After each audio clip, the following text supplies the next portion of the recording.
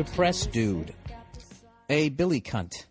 Exclamation point. I've been listening to your podcast for years. Your deranged, psychopathic perspective reminds me I'm not the only one shaking ladders. I don't know what that means. Is this guy from Boston? I've been listening to the podcast for years. Your deranged, psychopathic perspective reminds me I'm not the only one shaking ladders, kid. Nah, it still doesn't sound, even if in the accent. Shaking ladders. I don't know what that means. Anyways, I got a problem. I was in Boston all last week, so the Boston accent kind of came back. The whole, I got a problem. Instead of saying, get a job. Dude, he needs to get a job. And for those of you working on your Boston accents, J-O-B, just say like jaw, like I'm going to punch you in the jaw, and then B, job. You got to get a fucking job. You know what kills me right now is like fucking 200 of you right now just muttering to yourself, get a fucking job in your cubicle. Freaking out your coworkers, just mumbling, get a fucking job. You fucking cocksucker. I got a problem. For years now, I've been trapped in my KFC and wet wipes. Okay, that's disgusting. I used to be a bodybuilder, an actor, and a comedian with fucking prospects right in front of me. But then adulthood raped me in the eyes. Oh, Jesus. Could you be more dramatic? This sounds like that fucking chick from Sex and the City. Crazy broad broke my heart. This is the guy again. Crazy broad broke my heart. I had to cut away old friends and family shutting me out of their smiles. All right, dude, this is like getting creepier with each sentence. If you don't bring this around in like 2 sentences, I'm going to abandon this. I had to cut away from old friends and family shutting me out of their smiles. Dude, what did you do that your friends and family decided they didn't want to be around you? Anyways, I don't feel sorry for myself or want any pity. You're not going to get any. So good. I'm glad you don't. He goes, I just want to know how to get out of this never-ending routine of demise. Well, first of all, I would stop using those goth death metal words. Demise. What else you got in here? Adult raped me in the eyes. These are like song lyrics? Depressed dude. What would be the name of this? Trapped in my KFC and wet wipes. Right? That sounds like I can't sing like that. Rape me in the eyes. This routine of demise. All these fucking kids getting like fucking whiplash. I work too much in a job that was supposed to pay for my comedy career when I don't work.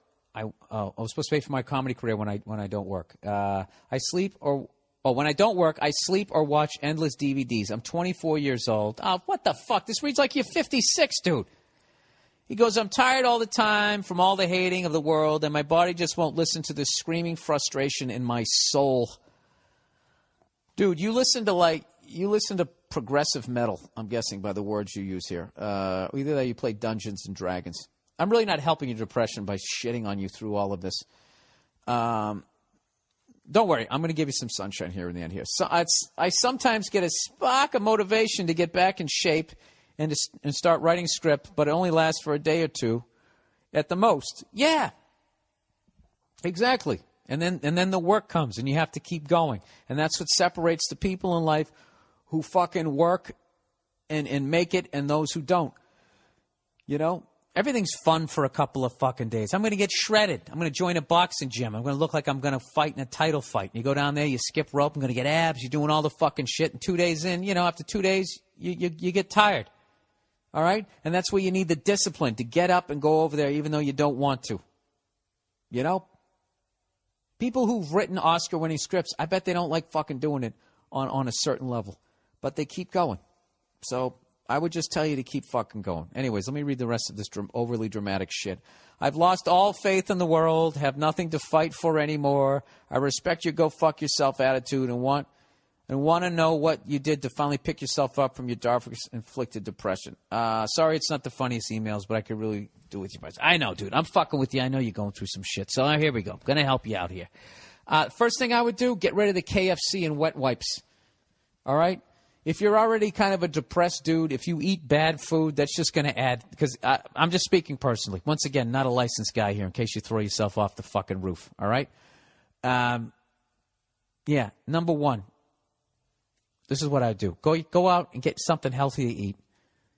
You know, drink some water, okay? Get 8 hours sleep, wake up and eat something healthy. Then go to the grocery store when you're full and go buy a bunch of healthy shit. Okay? Chop up the veggies, chop up the lettuce, get a fucking salad already made in there so you don't have to think about it. All right? Cook up some fucking chicken, chop that shit up, make some chicken salad. You got that in there too.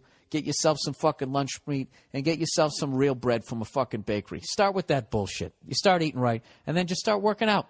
You're automatically going to feel good about yourself and fucking stick with that. As far as that other shit goes, dude, you're 24 years old. All right? I started comedy when I was 24. You sound like you've already been doing it and quit. So you're ahead of where I was at your age. So there's no reason to be depressed. All right? This is how I got beyond my depression was I just started observing it.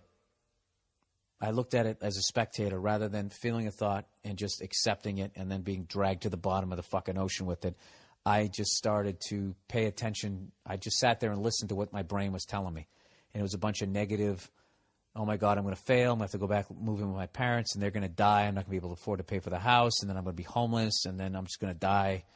And, nothing's ever going to work out for me, Those were the thoughts I was having.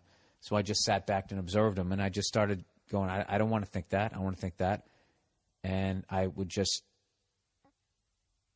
as I felt them coming, I would just replace it with like a positive thought. I know this is really corny and simple, but I kind of started doing that.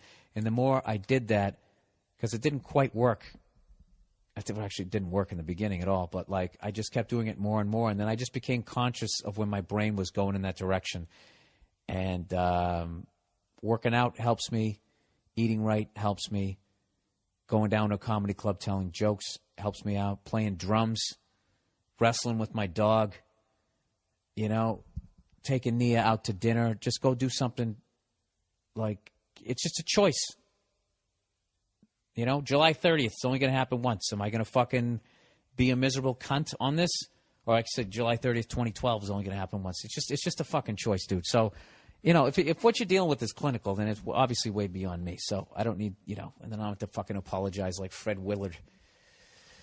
I'm sorry that you didn't go to a psychiatrist and you went to a hacky comedian instead. Evidently, that's my fault. Mother, won't you open your arms and forgive me of all these bad thoughts I blinded to the faces in the fall.